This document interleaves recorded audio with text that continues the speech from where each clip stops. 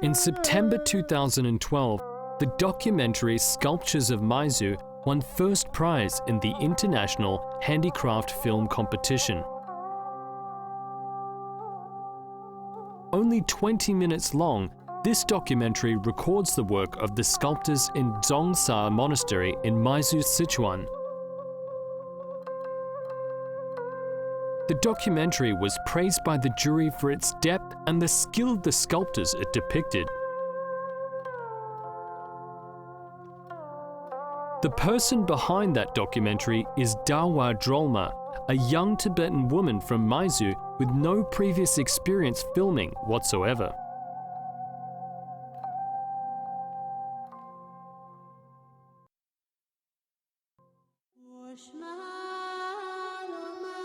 Maizu, a remote mountain village in Derge County in Sichuan. Derge is one of the three most important centers of Tibetan culture in China, the other two being Sangchu in Gansu province and Lhasa.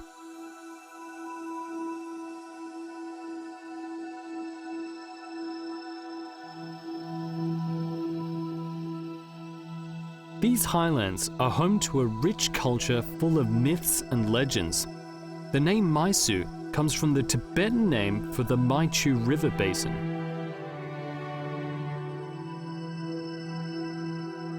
Maizu is home to the 1300-year-old Zhongsha Monastery, an ancient center of study for Panchavidya.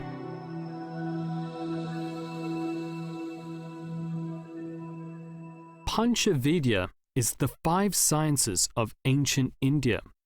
The science of fine arts and crafts covers, among other things, thangka painting, copper casting, and clay sculpturing. Traditional handcrafts are better preserved and developed in Maizu than in any other part of the prefecture. We say that Derge is the center of Khampa Tibetan culture. We call it a center because of the Gamaga painting style and because it's important to the southern school of Tibetan medicine. It also has the Derge printing house. A lot of scholars stayed there.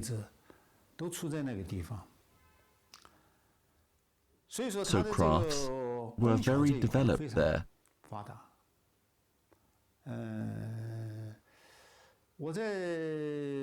I studied a lot of places. And when it comes to clay sculptures, I say that Derge made the best sculptures of all time. Chinese clay sculpturing has its roots in Buddhism, where it got its bright colors. The majority of the sculptures in Tibetan Buddhist temples are made from clay.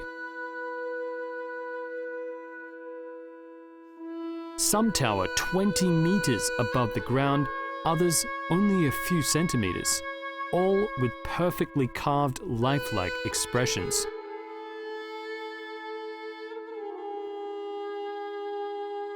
Zhoumo's award-winning documentary focused on the making of these small figurines.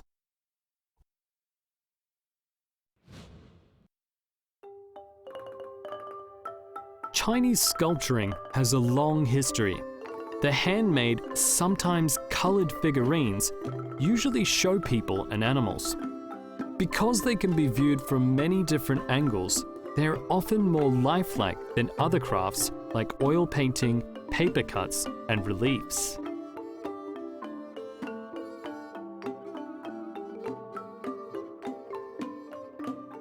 After the Qing dynasty, sculpturing became a popular art form. Tianjin clay figurines and Wuxi Huishan figurines are the most famous. Tibetan sculpturing is different. It focuses on Buddhist motifs, and the difference in technique is considerable.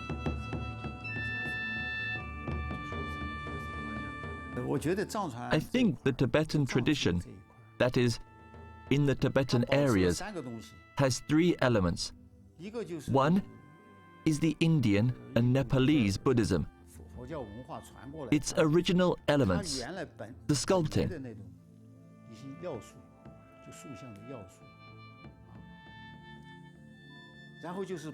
Then there's indigenous elements, the native Tibetan ones. And the last one is the Tibetan Ben religion.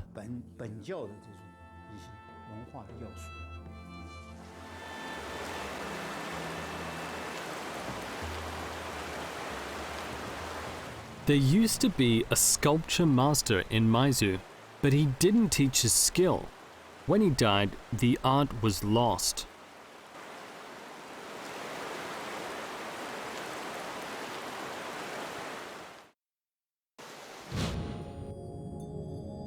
In the late 19th century, rampant poaching was threatening the wildlife in Maizu. That is, until a Buddhist named Tashi Dorje told the hunters that he would teach them copper and clay craft if only they would lay down their weapons.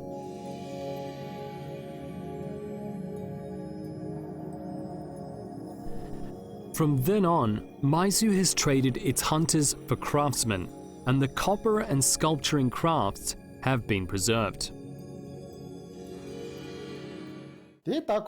People say that our crafts are different from those of other places. Other Tibetan areas also have their crafts, but they're not well preserved. You can only find that here. Sure, other places have clay and copper crafts of their own, as well as paintings.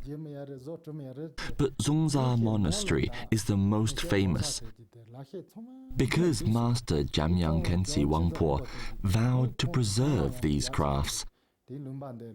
That's why they're preserved so well in this Valley of ours.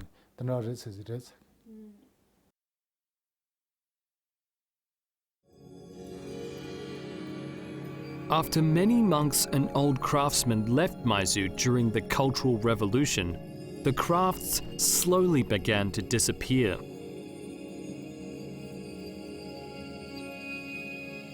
Dawa Drolma realized that most people preferred digging for profitable caterpillar fungus over learning the traditional crafts.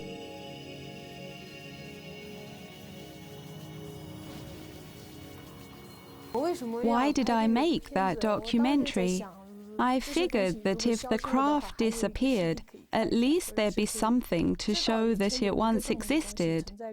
But if it didn't, if it clung to life, then we could promote it and let people know that in this remote valley, people are making these things. I think that's important. Dawa Drolma grew up in a family of craftsmen. Her father is famous in Derge for his craftsmanship.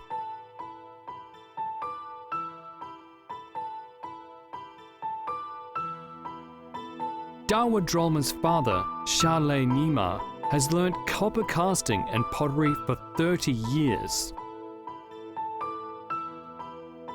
Shale Nima initially began studying pottery as a way of supporting himself, but learning the craft would take him 10 years.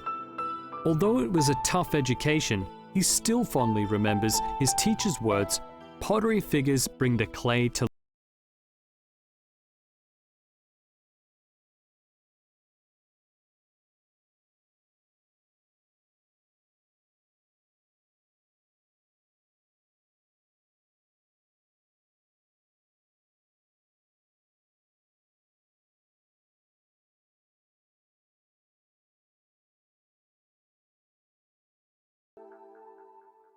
However, Working with the figurines has also caused him a certain amount of pain.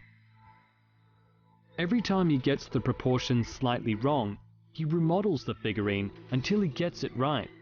But what he has paid in sweat, he has gained in devotion.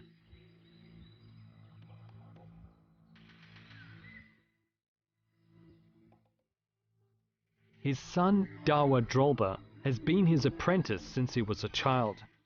At only 21, he produces exquisite works.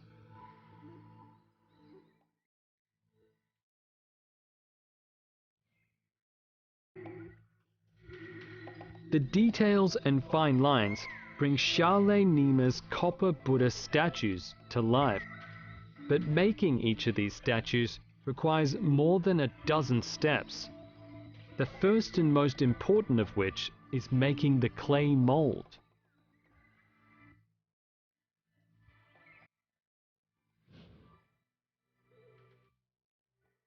The quality of the copper sculpture relies entirely on the clay mold, which means the clay must be chosen with great care. Maizu craftsmen use black clay found high up in the mountains, which doesn't easily crack.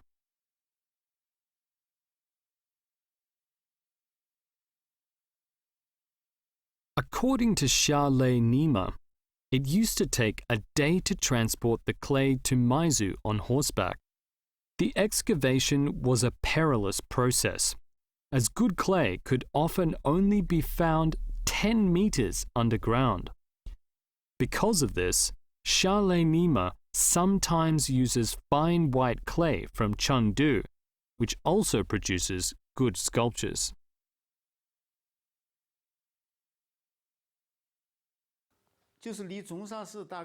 About half a day's walk from Zongsha Monastery, there's a place that has black earth, black, shiny, fine earth. A famous monk from Zongsha once said that this earth was more precious than gold.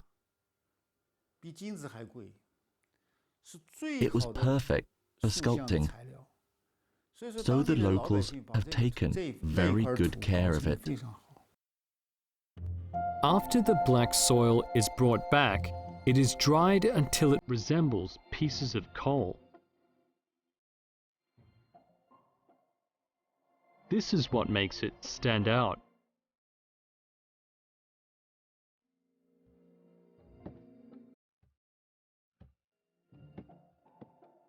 The wooden tool used to pound the soil is unique to Maizu and has been in use for centuries.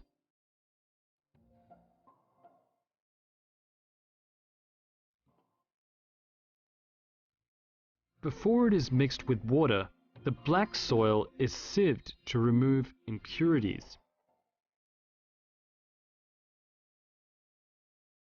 Paper is added additionally to increase its adhesiveness.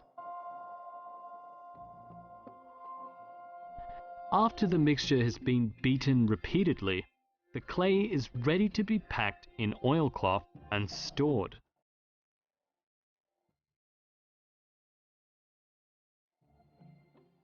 The best clay is stored for a long time so it won't crack easily.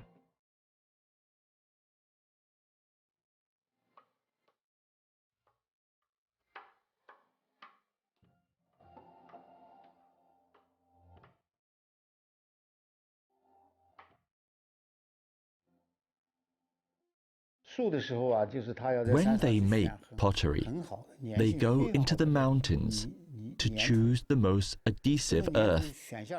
Once they have it, then they mix it with water and soak it. It takes several days to soak it through.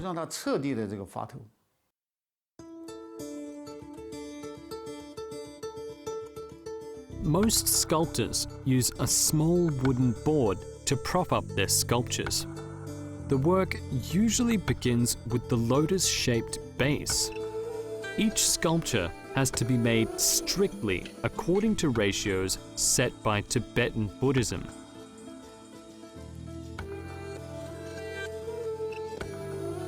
Xiaolei Nima knows all these proportions by heart.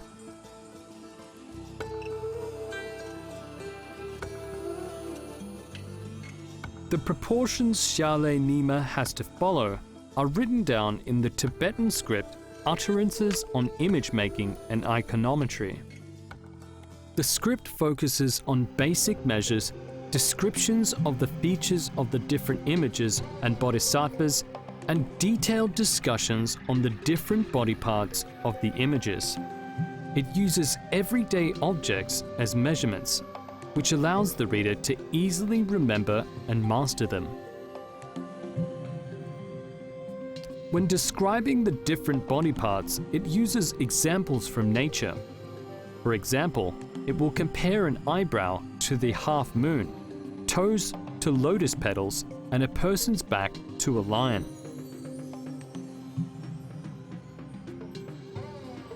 It also emphasizes the consequences of not strictly adhering to the measurements, making it the only standard for sculpting images.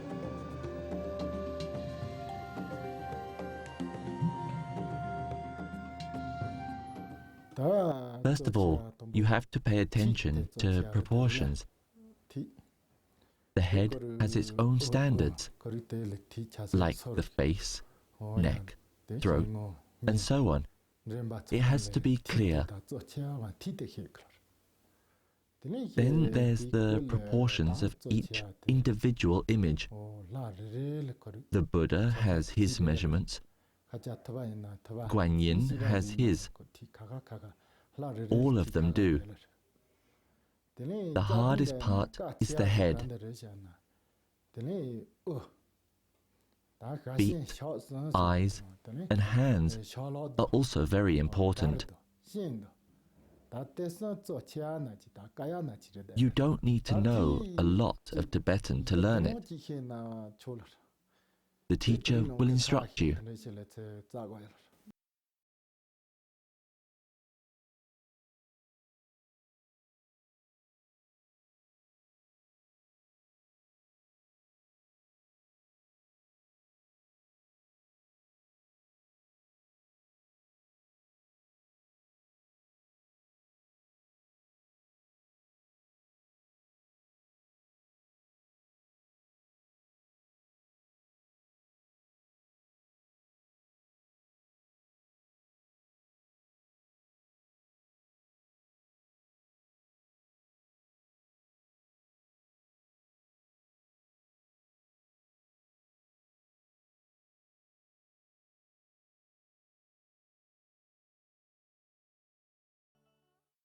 Dawa Drolma has been interested in traditional crafts since she was a child. Whenever she was home from school, she would sit by her father, silently watching him work. My dad learned from his uncle. He began already when he was a kid. I remember he told me this. He was just over 10 years old. When he was 13, he'd make traditional crafts, like maybe a few dozen wallets or 100 rings, and then he'd travel around to Durga and other places to sell them. And he went on like that, learning as he went. He spent his whole life doing this. You don't graduate from crafts. You just keep on improving, keep on making ever more detailed or beautiful things. He keeps surpassing himself. Drolma thought of filming Maizu crafts already in 2007. She wanted to show the world what her hometown had to offer and let her fellow villagers see their work on TV.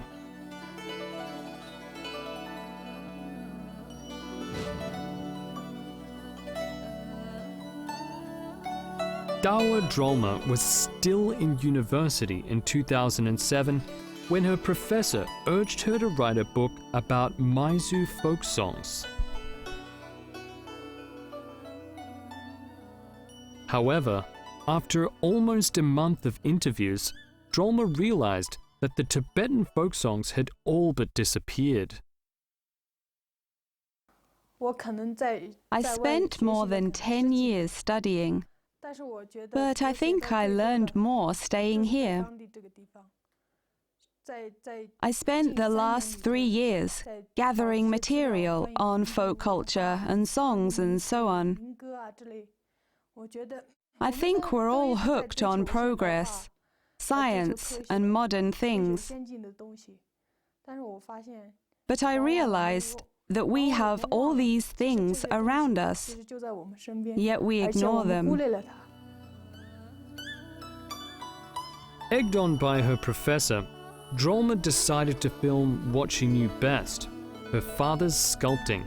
However, her father wasn't at all interested in being filmed.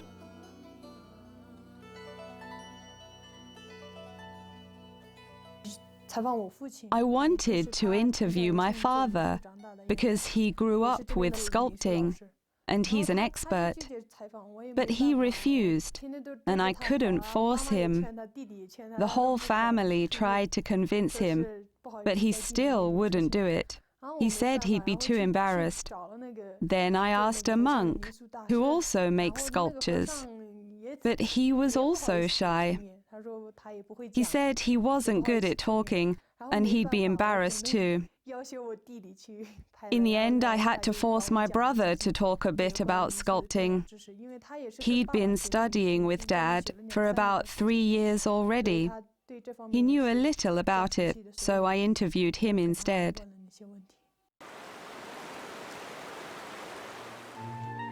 Luckily for Drolma, some of the craftsmen in Dzongsa Monastery were sculptors, and some had even studied with her father. Thus, she decided to go there to film. Drolma didn't even have a camera, let alone other equipment, until a local medical company lent her a camera free of charge.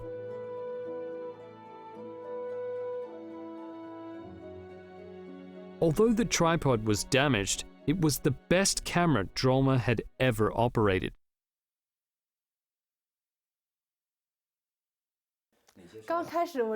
I only knew the one button on it, the one that says record, the red one.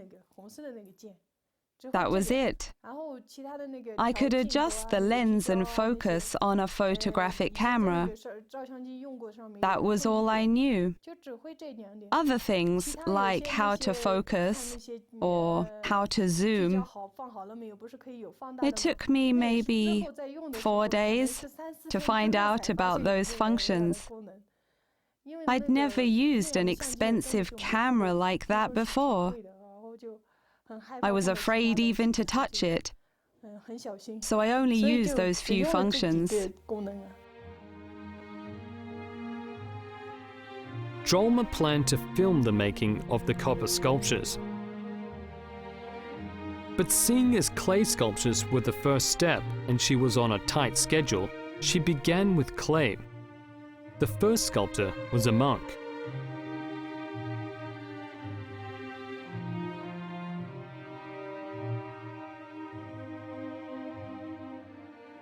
He used to study sculpting with Drolma's grandfather a long time ago, and was famous in the region for his sculpting skills. He used to travel to different temples to make figurines. Because the copper images made using the figurines are objects of worship, the skill requirements for craftsmen are particularly high.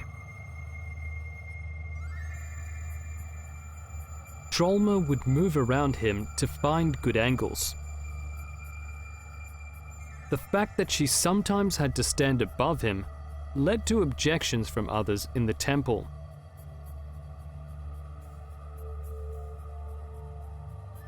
But the monk didn't mind, which allowed Drolma to focus on her filming. Through the lens, Drolma observed the focused eyes and skilled hands of the master. You don't usually look that closely at other people or the things they do, but from behind the camera, you come closer to them. You see everything. Watching how he made the hands and the head, it was very special. As he made the eyes, the nose, and so on, it was like it became a real, talking person.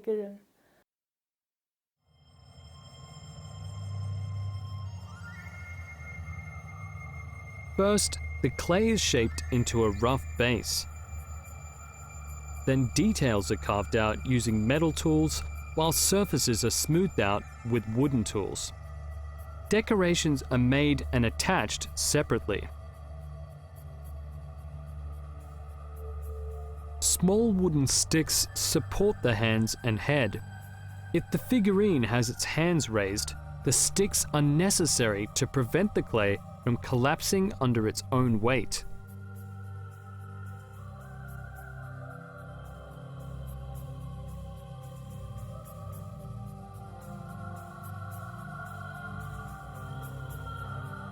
The head and hands are the most complicated parts. The face has to be made according to certain ratios and have a clear facial expression. In the skilled hands of the master, a tiny piece of clay swiftly turns into a finger.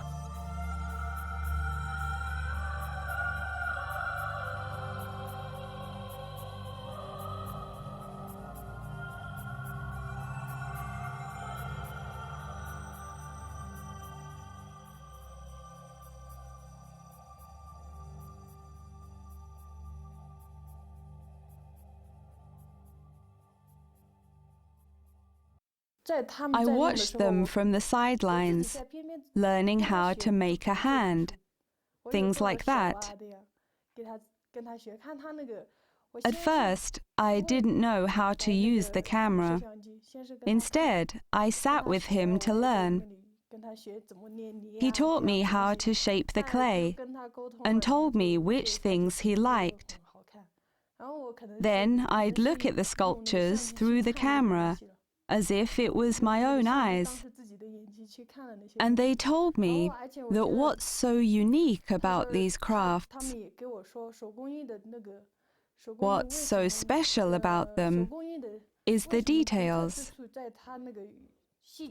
Like the statue's hand gestures, things like that. They work with details.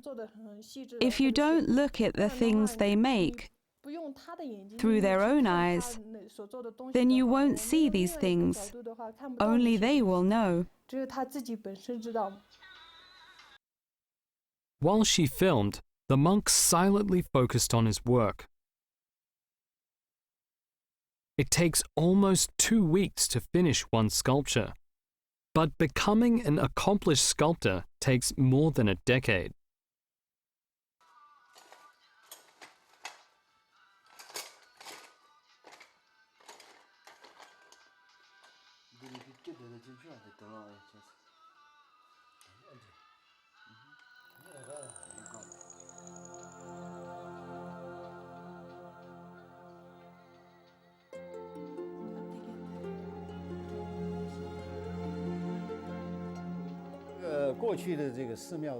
The education in the monastery was varied. They'd study exoteric texts, that is, basic Buddhist theory. But while they did this, they were also trained in the 5 sciences, that is, logic, spirituality, and so on, both the Indian and Tibetan sciences.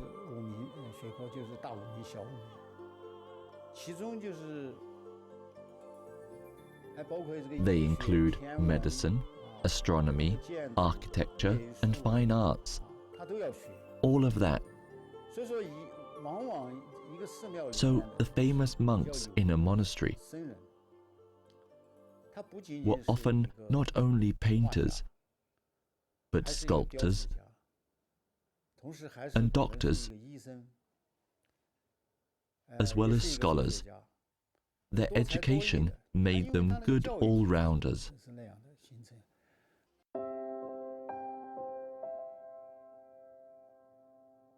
During her 10 days of filming, Drolma realized that the high level of difficulty, long learning period, and manual labor involved makes sculpting a tough job that is unattractive to young people.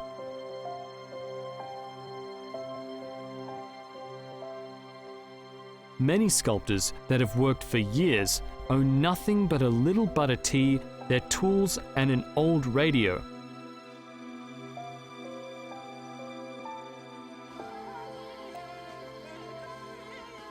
However, the radio only serves as a mere backdrop to their sculpting work.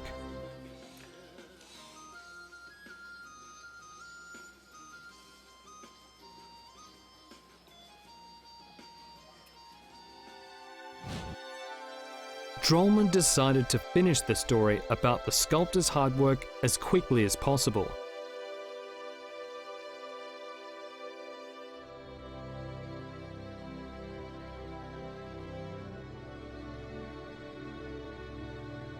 She spent 20 days editing her material, teaching herself video editing as she went.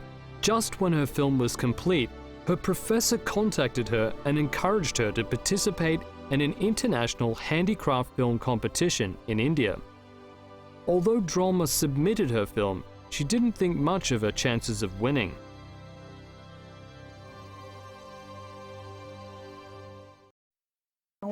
I never imagined I'd win an international competition, but at least I could promote this craft. It was the International Handicraft Film Competition. I thought the jury might like this kind of craft, so I wanted to tell them that there are people in this valley doing this kind of work, so I thought I could promote it. Drolma never harbored any hopes of winning, but then she received an email from the jury telling her that her documentary had entered the finals, the only Chinese contribution to make it that far. 1 week later, she was awarded the first prize. That night, Drolma was far too excited to sleep.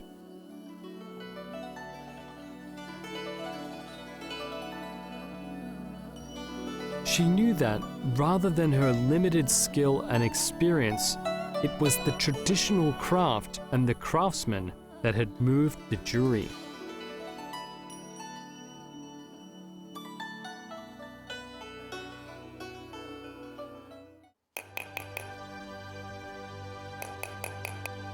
The Dzongsa Monastery has begun teaching craft classes. Drolma's father teaches copper and clay sculpting. The goal is to teach the villagers skills they can make a living of, while at the same time preserving these crafts.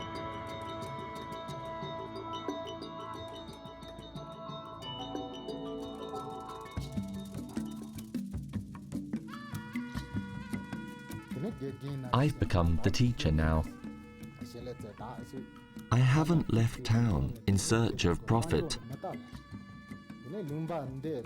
I know that most people in our valley can't read. And I think I can be of some help. I have my limits. But I believe that handicraft can help our society. I've taught 100 students altogether. I teach sculpting, carving, painting, and other crafts.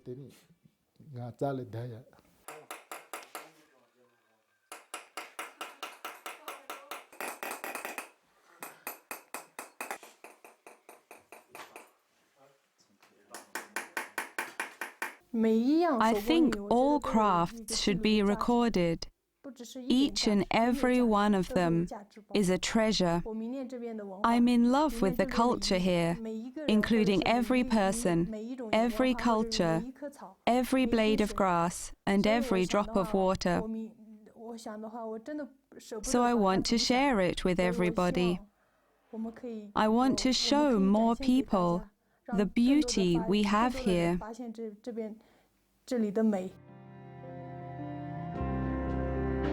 Winning this competition has encouraged Drolma to film the Dzongsa Monastery and all its different crafts. She knows that behind every craft there is the story of the sweat and tears of generations of craftsmen. And these stories, the basis of our culture, are worth sharing.